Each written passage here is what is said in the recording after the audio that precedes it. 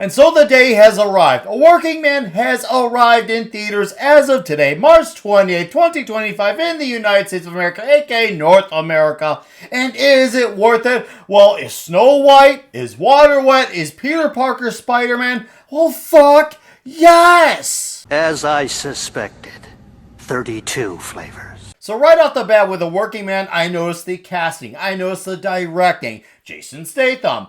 David Ayer. Oh, they did The Beekeeper last year, which I loved as well. Of course, David Ayer did Fury. Also did Bright. Was also involved in Training Day as well. And of course, Jason Statham, The Expendables, Crank, The Transporters, The Beekeeper with Ayer. And of course, I noticed, oh, hey, look, Sylvester Stallone wrote the screenplay of this with David Ayer. And it's based off of Chuck Dixon's Levon Cade vigilante thriller book series. And this is based off the first book of that series titled Levon's Trade, but they named the movie A Working Man.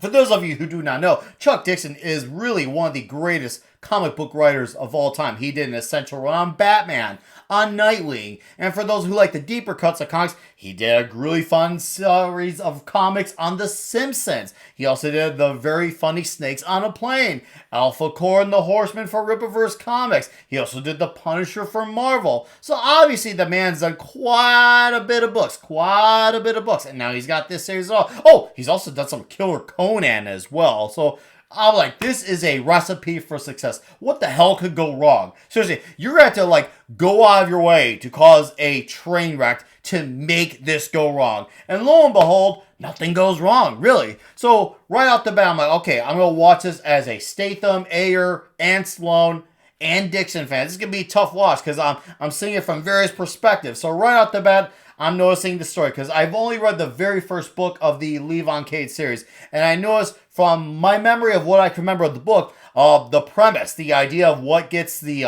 let's just say our titular character here, Levon Cade. They're calling him Lev in the movie, I don't get that, but whatever. Levon Cade, let's just say something goes wrong. And when that thing goes wrong, he gets the motivations to do that said thing.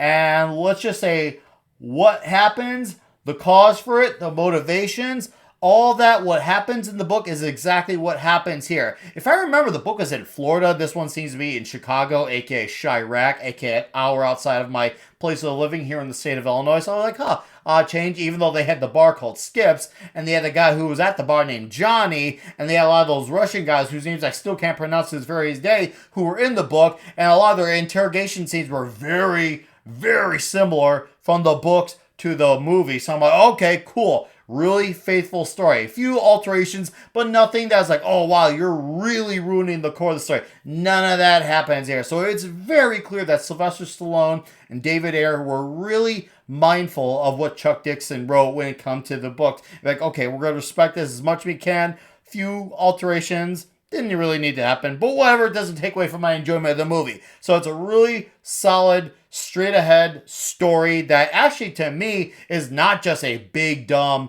violent, fun story. Yeah, it's big. Yeah, it's violent. Yes, it's fun. Lots of testosterone, but dumb it is not. Dumb it is not, because there's a really great, heartwarming father-daughter relationship type of arc, and it really amplifies the stakes in this movie. It really does. So, me being a dad myself, I really felt the emotional impact of this story.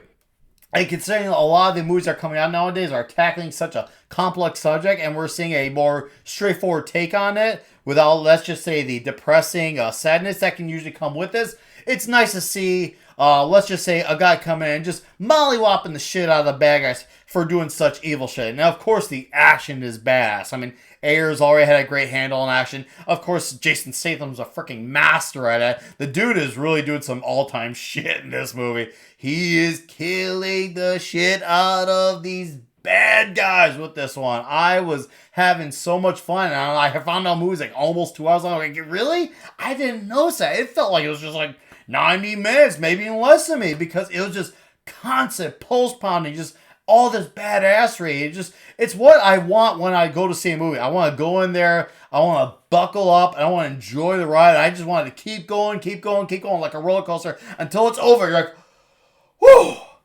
like, woo type of thing. And that is exactly what this was. So yeah, if you like your action movies, whether it's the Statham movies, the Stallone movies, Bruce Willis, Clint Eastwood, Charles Bronson, this movie's absolutely made for you. If you're a Chuck Dixon fan, David Ayer fan, Sylvester Stallone fan, this seriously, it's for all of those types of fans. There's a blending of personalities, but they make this freaking work. So out of 1 to 10, I'm going to give this about an 8.6 out of 10 Jason Statham's.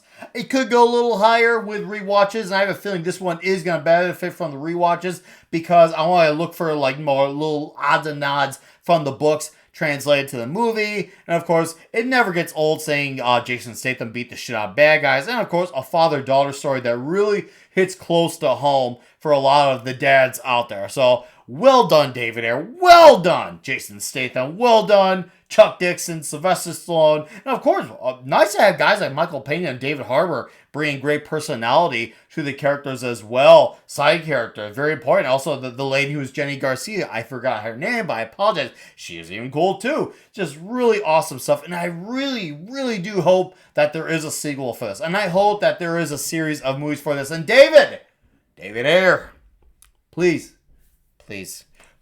come back for more. Just please, at least 1 or 2 more. Please. I want more of this. It's clear you and Jason have a little bit of a bromance going on when it comes to making badass movies. Keep the ride going, man. Don't stop riding that wave. Keep it going until you're like, you know what? We've done our time here. It's time for us to see other faces. Thank you for watching this video. You laid on your souls to the gods rock and roll.